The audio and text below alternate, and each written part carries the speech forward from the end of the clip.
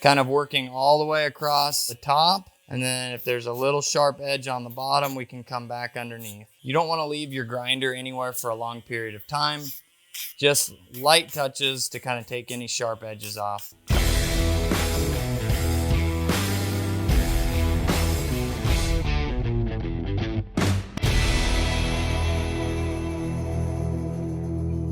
Hey everybody, Ethan here with Standing Stone, and we have Clay back for another video. As we go through this puppy development series with him, you're going to see some repeated things, okay? It's been approximately a week, just a smidge over maybe, since the last time we trimmed his nails, and that's kind of the schedule that we're going to try and stick to. Approximately once a week. Don't try and let him go much more than that 2-week mark at the absolute most. Every puppy's nails are going to grow a little bit different, but this is the perfect time to do his nail trim session. We did a morning training session.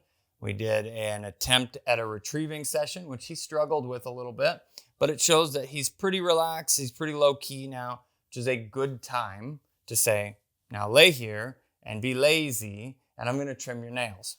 Now, these nails are just a tiny bit longer than the last time that we trimmed them, so we'll actually be able to use the clippers a little bit better here, and then we'll follow up with the grinder. When we look at these, we do a little bit of light scraping underneath, and then make a cut right where that catches. I'm going to move through these fairly quickly, and while we do that, I want to talk to you about routines with your young puppy. You're going to see a lot of repeated things, and everybody gets pretty excited about moving forward and the next big thing, and kind of overlook the fact that the first time that you do something and your puppy does well doesn't necessarily mean that they're done with it, okay?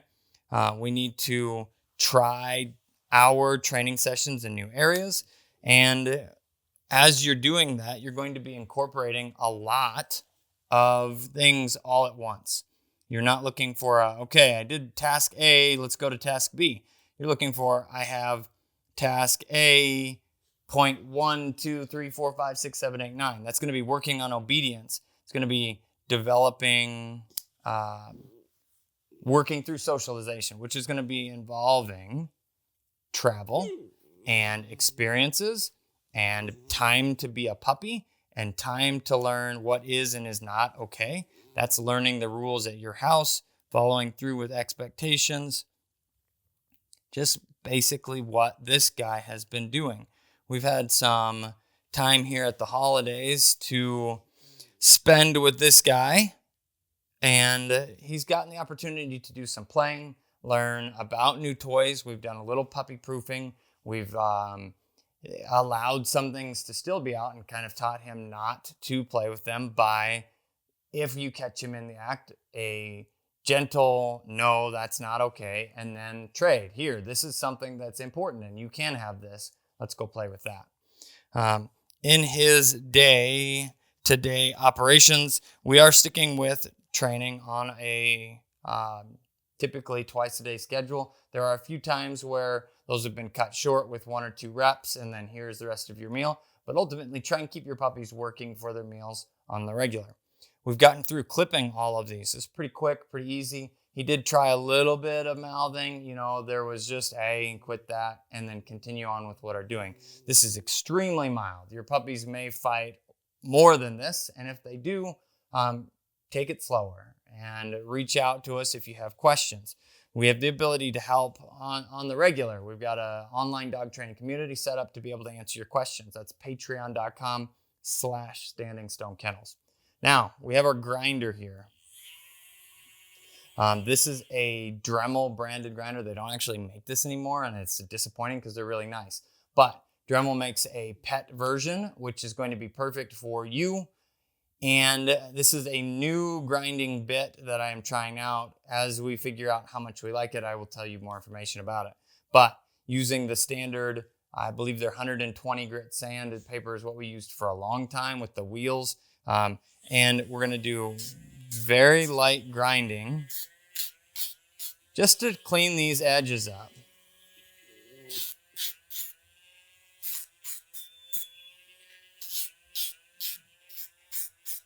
Kind of working all the way across the top, And then if there's a little sharp edge on the bottom, we can come back underneath. You don't want to leave your grinder anywhere for a long period of time. Just light touches to kind of take any sharp edges off. The grinding also is going to help to simulate digging a little bit. And when you do this grinding process, it can help expose the quick. The quick within the nail is the blood supply. And once that blood supply is kind of on the edge of exposure, it will actually recede back into the nail, which keeps the nail short. If you've ever seen a dog with really long nails, typically the quick has grown out that entire length, and you can't cut it any shorter than maybe a 1/4 inch shorter or something to that effect. You have to work really hard then to do a little bit of grinding at a time, keep them short, and allow those quicks to recede over time.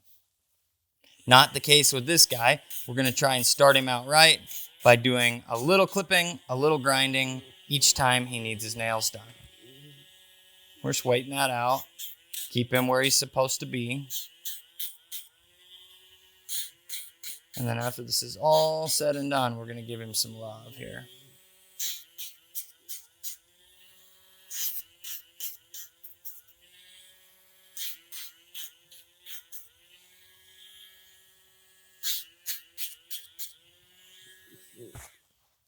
That's pretty much it. Now, we do get asked, I like to use a small nail trimmer. These are Safari branded. We actually sell them on our website, standingstonesupply.com. You can check them out there.